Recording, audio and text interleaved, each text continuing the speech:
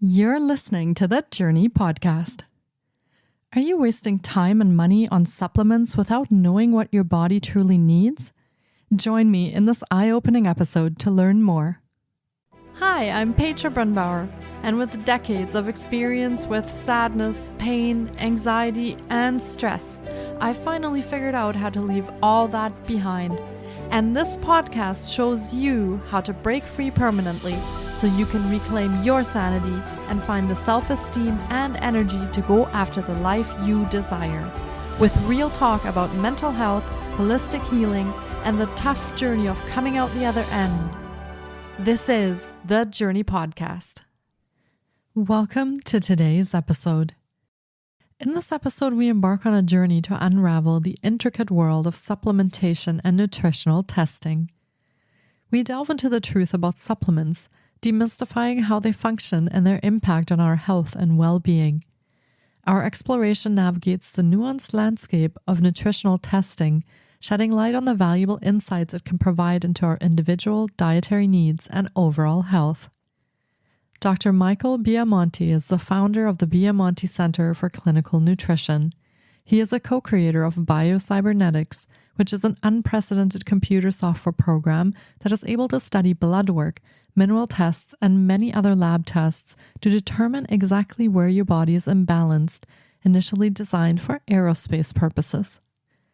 As a practitioner for over 30 years, he's dedicated to improving the lives of his patients and helping them get back to living.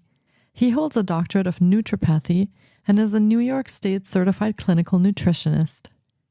He is a professional member of the International and American Association of Clinical Nutritionists, the American College of Nutrition, and is a member of the Scientific Advisory Board for the Clinical Nutrition Certification Board. He's listed in the Directory of Distinguished Americans for his research in nutrition and physiology. Here is my interview with Dr. Michael Biamonte.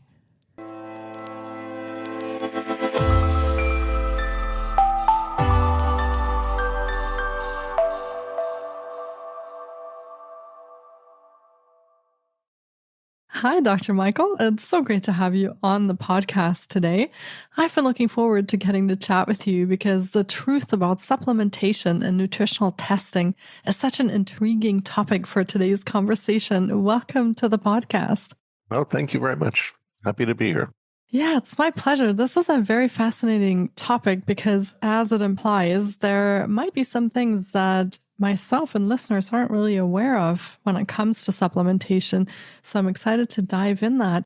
Would you like to share a little bit about yourself and your story and how you came to do what you do today? Well, I went to naturopathic school back in the 80s when there were only like 2 or 3 left. And supplements at that point were just starting, the whole natural health field, supplements were just starting to become really popular. And at that point, I asked myself the question, well, how do people know what supplements to take? Because we were learning in school based on interpretation of certain tests, what supplements would be indicated, but there really wasn't a standardization in understanding this. What I majored in naturopathic school was studying lab tests in order to interpret what somebody needed. And I studied the work of several chiropractors back then who were kind of barnstorming chiropractors in this interpretation. One was named Jim Sema, who came up with a lot of different interesting interpretation of standard blood work. And what his students were able to do was look at a standard SMA 24 or 26 with a CBC and whatnot, and look at it from a totally physiological viewpoint. Because most doctors, when they look at blood tests, they're looking at it from a pathological viewpoint. They know that if your creatinine is so high, it means your kidneys are in trouble, or if your alkaline phosphatase is elevated, you might have broken a bone. But they really don't understand the physiology and the biochemistry behind the blood tests, what they actually mean from that viewpoint. And in understanding that, you can then better understand what supplements someone might need to take. But there's also interreactions that occur between supplements, which most people don't understand either. What I mean by interreactions is there's some nutrients which compete for absorption with each other. As an example, calcium and magnesium. When you take supplements that have calcium and magnesium together, it's actually kind of funny because they compete for absorption. They absorb much better if you were to take the calcium in the morning and the magnesium at night. And going beyond that, at the cellular level, other nutrients compete with each other for cellular storage and for activity. A great example is zinc and copper. If you take too much zinc, you'll force copper out of your tissues and cause a copper deficiency, and vice versa. When you're looking at the subject, the things you have to understand, the first rules are what nutrients compete for absorption and when are they best taken, and are certain nutrients best taken away from each other so they don't compete, as I'm saying. And then also in terms of cellular activity, well, if you take too much of one vitamin, does it cause an imbalance of another? Now, the health food store people and that whole industry are typically going to repeat their mantra that the vitamins and nutrients are harmless, and that doesn't happen. But that's absolutely not true. I can give you many examples of how this works. Vitamin C, let's just take one of the most popular vitamins in the world, vitamin C. Vitamin C is activated in your body by an enzyme, which is based on copper. It's vitamin C oxidase is the name of it. It's a copper-based enzyme. So this means that vitamin C needs copper in order to be activated and utilized. So the more vitamin C you take, the more copper your body ends up burning up. You can theoretically cause a copper deficiency by taking high amounts of vitamin C. And what the funny thing about that is, which is kind of unique, is the symptoms of copper deficiency and vitamin C deficiency are almost identical, which could make you very confused at that point. And we can go on for every vitamin or every mineral that we talk about, and I can give you a similar example of how this occurs. That if you take too much of one, you deplete the others. Typically, the industry will tell you they're water soluble or you don't have to worry about that, but that's not true because we all know, even going back to Adele Davis back in the early 60s, that if you took too much of one B vitamin, you can create an imbalance with the other B vitamins. The skill in this comes in when you can look at someone's tests and you can determine what balance they need to correct their existing imbalance. Because at that point, a lot of these rules don't necessarily apply. Because you may get somebody who has a really high level for, let's say, a strong deficiency of vitamin B6 or a B6 dependency. So he's going to need to take more B6 than someone else. So for him, that would be normal. And someone else, that would create a deficiency. That's where the art, this becomes a science and an art, and understanding when you're looking at a test, how do you determine what this person needs? And their needs are going to be based on their genetics. It's going to be based on their environment, their activity level, their diet, and the amount of toxicity that they're exposed to. See, technically, I consider myself a clinical ecologist. What I treat or what I study is how the environment is influencing the person and how the environment, including doctors and drugs that they take, I'm putting them in the environment also, how those things also can influence your biochemistry and influence your demand for nutrients. But the one thing we must all understand, as Roger Williams, the great nutritionist, said back in the 70s, is there is biochemical individuality. That's where that whole term, the whole concept of biochemical individuality came from Roger Williams. He was the first to really acknowledge this. These are the key things to look at. You have to look at the person's genetics, their environment, their stress, their diet, and their toxicity that they're exposed. Yeah. Wow. And you went down this path. So you finished your studies, you founded a center for clinical nutrition also. So you really went down this path very deeply and started exploring all of these different interactions. Now, by listening to you, I'm getting the feeling that because it's so individual, this is not a standard thing that we usually run across when we just have a doctor's visit and they do our blood work. It's quite complicated by what you are saying. So not many people are going to be really skilled in taking everyone's history and looking at their environment and really figuring out what the balance is that they need. So is there a need for special centers like your center for people to come to really dive into and get the correct setup for their body? Yeah, nowadays, the nutrition profession has elevated to the point where when you're doing testing to become a nutritionist, you learn these things. Someone who's a CNBC or a certified clinical nutritionist or a CNN or any of these titles, which means that the person has been tested and has met a certain criteria. Normally, the new breed of nutritionists like this normally are being taught these things. But even within that, there's not a standardization yet of whose work they're being taught, because there are a lot of different people came up with different ways of doing it, but mostly it's done through blood work. It could also be done through a urine test that's called the Oates test by Mosaic Labs. One of my favorite tests to use is a hair analysis, because hair analysis shows you the mineral storage in your tissues. Urine tests for minerals, especially toxic metals, or blood tests for minerals are only showing you excretion or transportation. They're not showing you storage. And storage is really the key.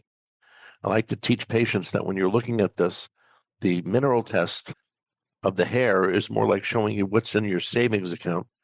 And then when you look at your blood test, you're looking at your checking account, because your body will tend to draw from the tissue storage to the blood to keep the blood normal. And a lot of times we hear from doctors that they don't believe in hair analysis because it doesn't follow the blood test. When you hear this from a doctor, if a doctor says, I don't believe in hair analysis because it doesn't correlate with blood, you know immediately you're dealing with someone he doesn't really understand. This is someone who's not familiar with the subject matter, because it's not supposed to. Blood and hair, by the nature of what they are not going to agree with each other, and they shouldn't, because one is storage and one is transportation.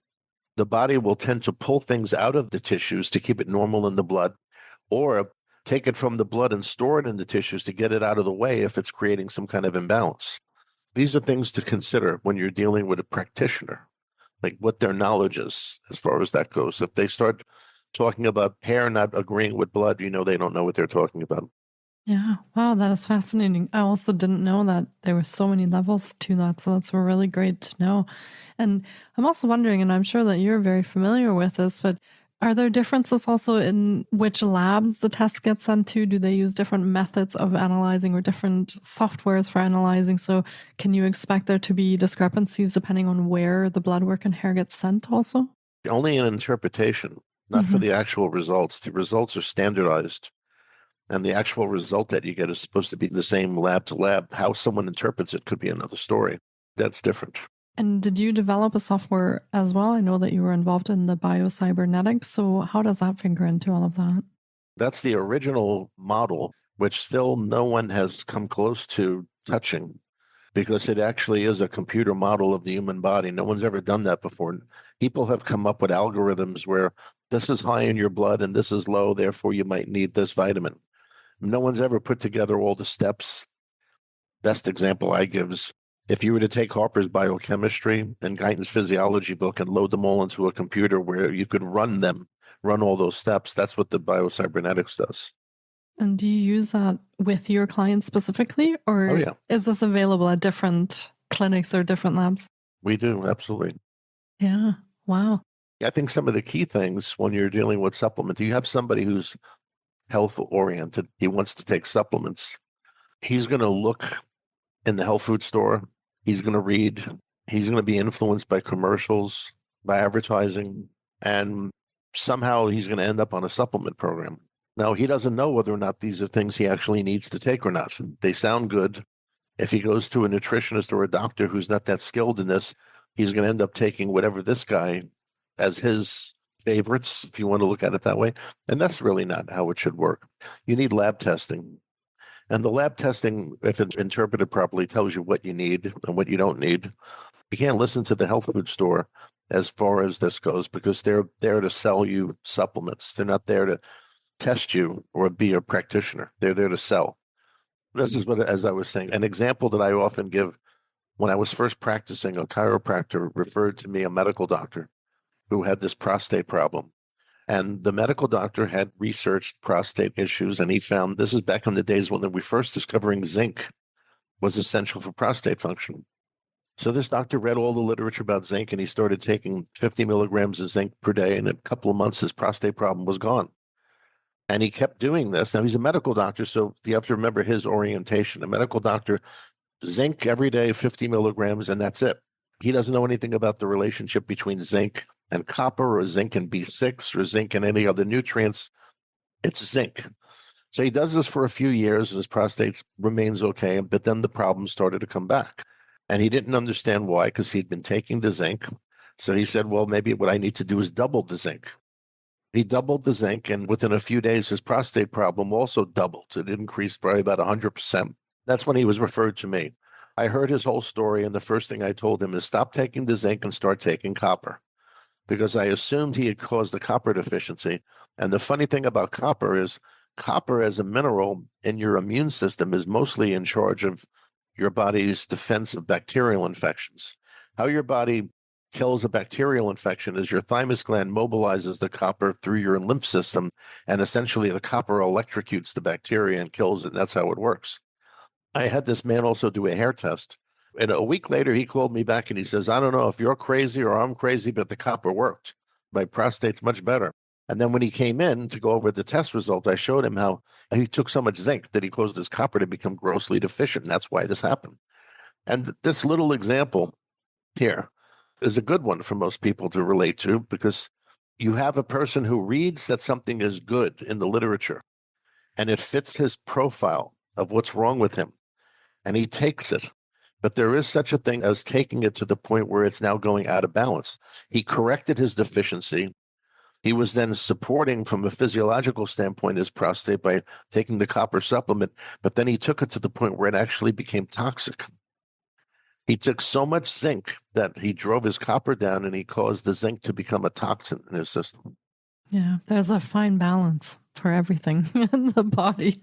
The thing about this, which is interesting, is this is true for every nutrient. Yeah. In teaching, we have a thing that we call the nutrient wheel.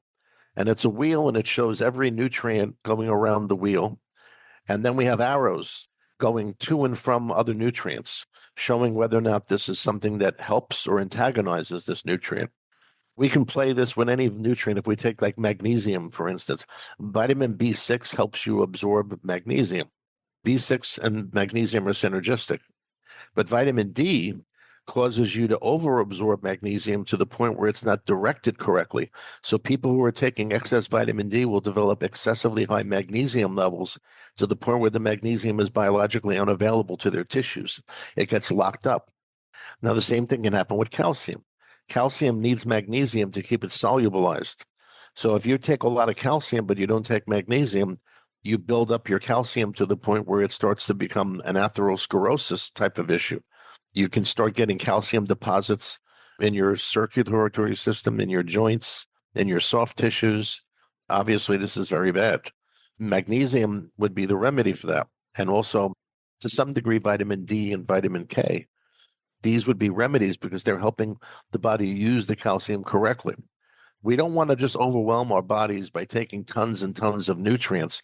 We want to make sure we take the ones that we need, only the ones we need, make sure we take them in the right balance with the other ones. Yeah. Now, I've heard on and off again that people just say, well, we don't really need supplements. I don't believe in supplements. We can just get everything we need from eating properly and eating organically. So how does that figure into supplements and nutritional testing? Can we get everything we need from our diet nowadays, or do we need? No, you can't. That's just a fact. I don't even get into arguments with these people. As far as I would go with them would be to show them people's lab work. Yeah. And what the bottom line is, the average person has individual needs that largely are genetic, but they can also be caused by their environment or their lifestyle. And it's impossible to get everything you need without taking supplements.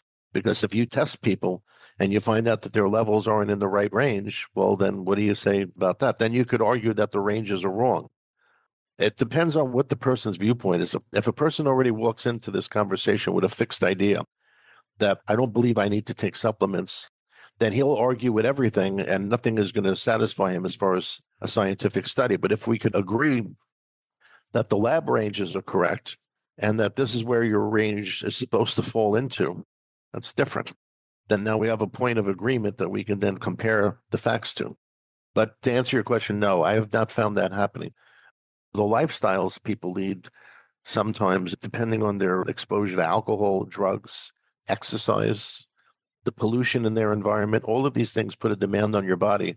You're not dealing with 500 years ago.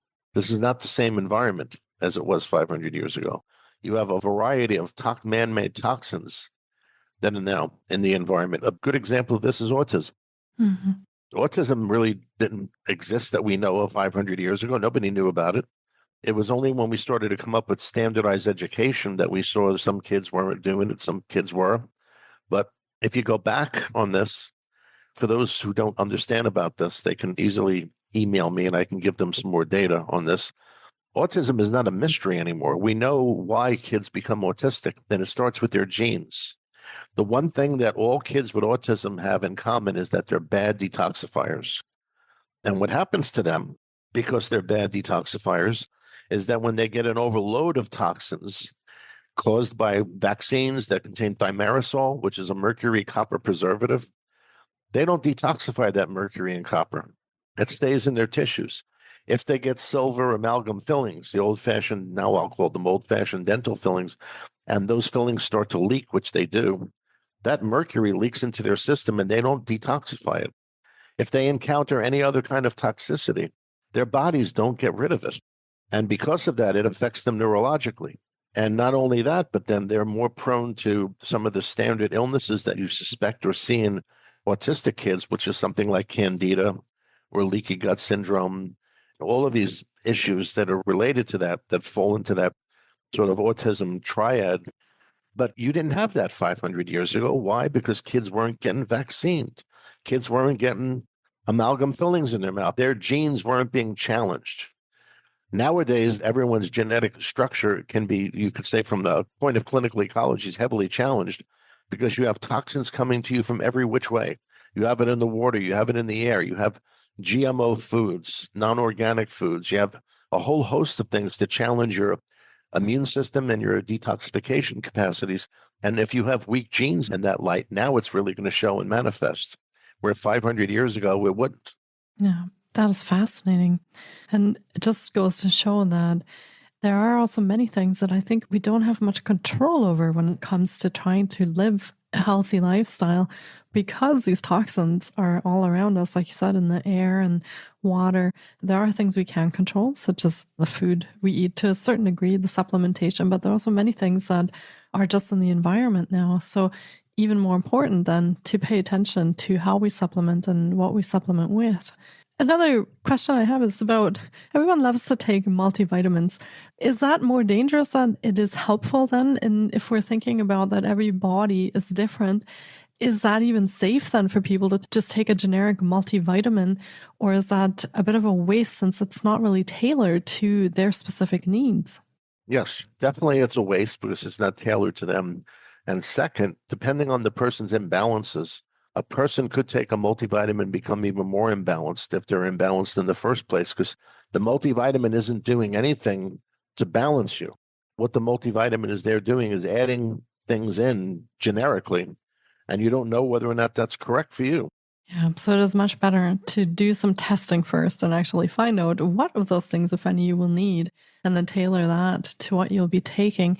Now, there obviously are differences also in the quality and the types of supplements that are available. When your clients work with you, do you recommend specific brands or supplements that you know are very clean or safe for people to take?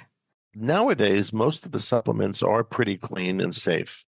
I, like most practitioners, tend to use the products that are made by companies that frequent doctors and practitioners, because they make formulas which are already tailored to some of the problems we're trying to deal with. But I would say it's not much of a problem these days anymore with quality of supplements. The problem that you run into once in a while, which could happen anywhere, is that you'll get a product that's tainted somehow. It has some harmful bacteria or something in it. It's spoiled. It was contaminated. But that can happen with any supplement or any drug for that matter. But I would say that I don't think really the quality of supplements is much of an issue anymore. That's good to hear. And do you want to share with our listeners some of your programs and services that you offer so that they can get an idea of how they could work with you and what that would look like if they've been inspired by this episode and they might want to reach out and work with you? The first thing we do with a patient who comes to us is we screen them for any kind of toxicity so that we know which way we're going. Because when you put someone on a vitamin program, they can start feeling really bad and have strange symptoms and not understand why. The doctor may not understand why, but the reason and the answer would be is that they're detoxifying, but you didn't know they were toxic in the first place. So you find this is very funny. I remember many years ago when I was more or less getting my feet wet and all this, I would hear stories from relatives and friends, well, I can't take that vitamin. That vitamin makes me sick. Therefore, the vitamin's no good. And I would think to myself, well, do you ever wonder why that's making you sick, because it doesn't make all these other people sick. I would play a little game with people. I would find out from them what vitamins make you sick, and I would guess what was wrong with them. And if I got them to go along with the game and actually do a hair analysis or do some kind of a test, I found out that usually I was right. So I had one person who every time he took zinc, his blood pressure would go up. And I found out he was cadmium toxic. Cadmium is well known to raise your blood pressure, and zinc is an antagonist to cadmium. Then I had another fellow who worked in automotive, and he had a lot of lead in his system. And every time he took calcium, he got this horrible taste in his mouth. Well, that was the lead being pushed out. That's a way to go. Is you have to understand this, is that the person coming to you doesn't know his balance or his imbalances. So you have to initially screen him to make sure you understand what's going on in his body before you give him anything. Because if you start giving him something, and that something you're giving him is going to start to draw out some kind of poison or toxin that he's accumulated over all these years, he's going to get symptoms. He's going to get headaches. He's going to get eye pain. He'll feel like he has the flu. He's going to have rashes break out. He's going to have horrible taste in his mouth. His urine's going to smell weird. His stool may smell weird. All of these changes are going to happen, and he doesn't know why. And if you don't test him, you don't know why. Yeah. And do these testing methods that you offer work internationally? So, I mean, blood samples might be hard to kind of send to you internationally, but hair samples might be a little bit easier. So can this work outside the US as well? Person has to find the labs local to them, because there are different laws in terms of human, let's say, fluids or samples entering this country. So they need to find labs. Luckily, a lot of the labs that we work with in the United States have partners overseas. Normally, we're able to get testing done overseas. It's a little harder than if the person's in the States, but it can be done. There are more and more of these labs springing up. Mm-hmm. Yeah. So you then interpret the results basically that people would get from a lab testing, and that could be shown to you, and then you can interpret what those results are. Right. That's my job, is to interpret. Mm-hmm. The lab's job is to do the test. My job is to interpret it correctly. Mm-hmm. And then you would advise your clients. So after you've interpreted, you would advise what they should be taking going forward. And then I guess there would also be some retesting to make sure that everything's working or going in the right direction. Right. That's the scientific method. Mm-hmm. The scientific method is you look at a situation, you analyze it, you come up with a theory on it.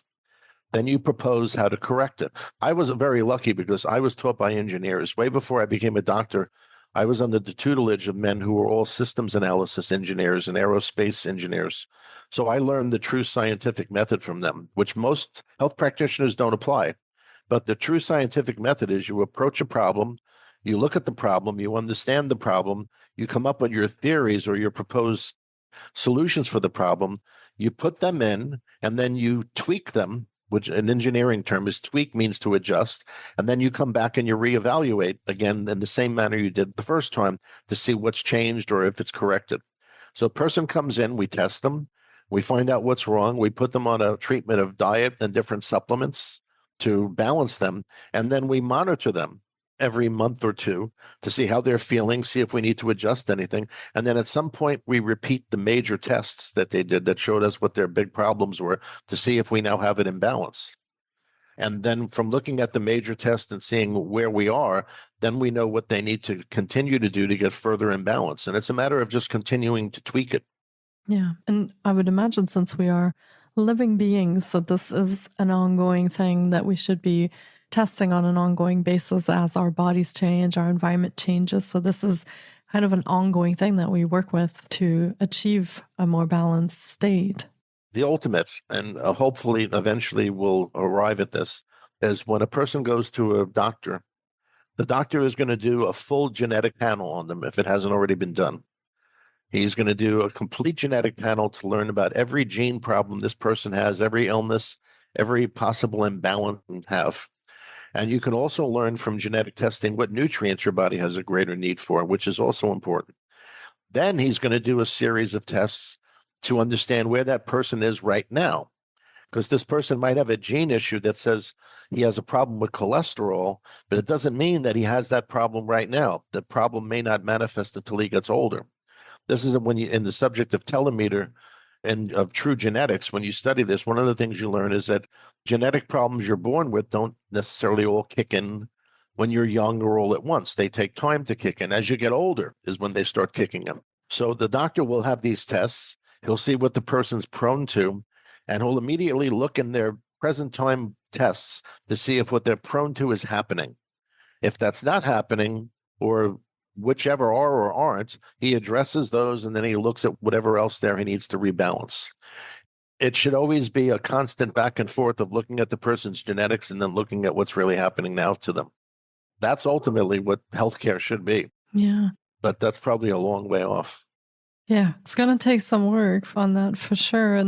And does the fact that you're genetically prone to something, does that mean it will ever happen? Or are we in a position now to also do some preventative things through supplementation or the nutritional testing? No, it doesn't have to happen. You know what nutrients to take to protect you from that. You can definitely keep it at bay. Yeah, so it's There very are different important. things that are also triggered by environmental toxins that the person may have. So if the person keeps clean in all those avenues, it doesn't have to happen. No, we've definitely arrived at the point where we can stop it from happening. That's very reassuring. So definitely I would encourage listeners to start testing hair and blood and seeing where they're at and making sure that we're taking care of ourselves in a preventative way before any of those things happen. This is true preventative medicine. Preventative medicine isn't making sure you pay your healthcare bill on time. It's not making sure you go to your doctor every 6 months so he can listen to you cough. That's part of it. It's a small part. Real preventative medicine is understanding your own biochemistry, knowing your body, what your body tends towards. A lot of this just starts with knowing your blood type. Right? And they go out and they buy Peter D'Adamo's book, Eat Right for Your Blood Type. They've already made a big inroad into understanding their genetics, because your blood type is based on your genetics, and understanding what your body might be prone to. That's a big step right there for people. Yeah. Wow. That is so fascinating. And we could spend definitely another episode diving into all of that and talking about that. But we will be linking to all of Dr. Michael's offerings in the show notes as well, to make sure that our listeners know how they can connect with you and also take advantage of, for example, the book that you just mentioned or any resources that we have available. So I really encourage our listeners to connect with you and find out more about their bodies, their genetics, so that we can be in a position to really take care of our health preventatively instead of just reactively, as is more often the case nowadays. This is true. This is true. It is very reactive how a lot of people approach these things, because they basically sit around until the doctor tells them something's wrong. And then their first reaction was, well, I didn't have that last year. I'm not quite sure what it is, why people do that. But they'll say, well, you have arthritis. Well, I'd never had that before. Well, you got it now, right? Yeah. But if you understand what's happening in your chemistries, you can prevent a lot of these things. But, it goes down to responsibility, unfortunately. Yeah. Yeah, absolutely. In some circles, the word responsibility is considered some kind of offensive 4-letter word. But really, when a patient comes to the doctor, the patient is coming with a big tray. And on this tray, he has all his problems. And he wants to give the tray to the doctor and say, now, I want you to be responsible for this, and I want you to figure it out. Well, we tried that. That's what allopathic medicine tried to do. And we found out that didn't work. The person needs to be engaged and motivated into their own health situation, because the doctor and the practitioner may not always be 100% correct, but they also may not always have all the data. You may not tell them something, which might be key. But we had a person once who was constantly having these flu-like symptoms. We looked over their chemistries, really couldn't figure out why. And then they remembered that they had mono as a kid.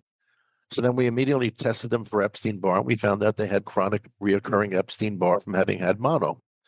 The doctor can only do what he can do based on the chemistries he has or the testing, and then what you tell him in your background. But the person has to be involved nowadays. They absolutely have to. Yeah, you have to advocate for yourself and for your health. And I guess you're sort of the foremost expert on your own body, because you know what you've been through and what you've experienced and the illnesses you've had. So that definitely comes back to that personal responsibility that you need to be involved in that. That's very true. I would agree with you 100%. I think you put it very well. Yeah. Well, this has been an incredible episode, Dr. Michael, and I hope our listeners have enjoyed this journey into the truth about supplementation and nutritional testing as much as I have. I have learned just an incredible amount of things about this topic while listening to you and hearing you speak about these things. So I just want to thank you for coming on today and talking to us about that today. I think this has been such an incredible episode, and thank you so much for your time and your wisdom. You're more than welcome. I'd be happy to come back and talk more. Yeah, absolutely. I think it's a little bit of a rabbit hole where there are so many more things that we could talk about that fit in one episode. So I would love to have you back. And I look forward to that. And thank you so much and take care. You're welcome, my dear. Thank you so much for taking time out of your day to listen in. If you enjoy the Journey podcast, please support us by subscribing, sharing on social media, and leaving us a review. We appreciate you. And you can find more of The Journey on Facebook, Instagram, TikTok, and our website, thejourney.com. Sending you love and courage, and see you next time.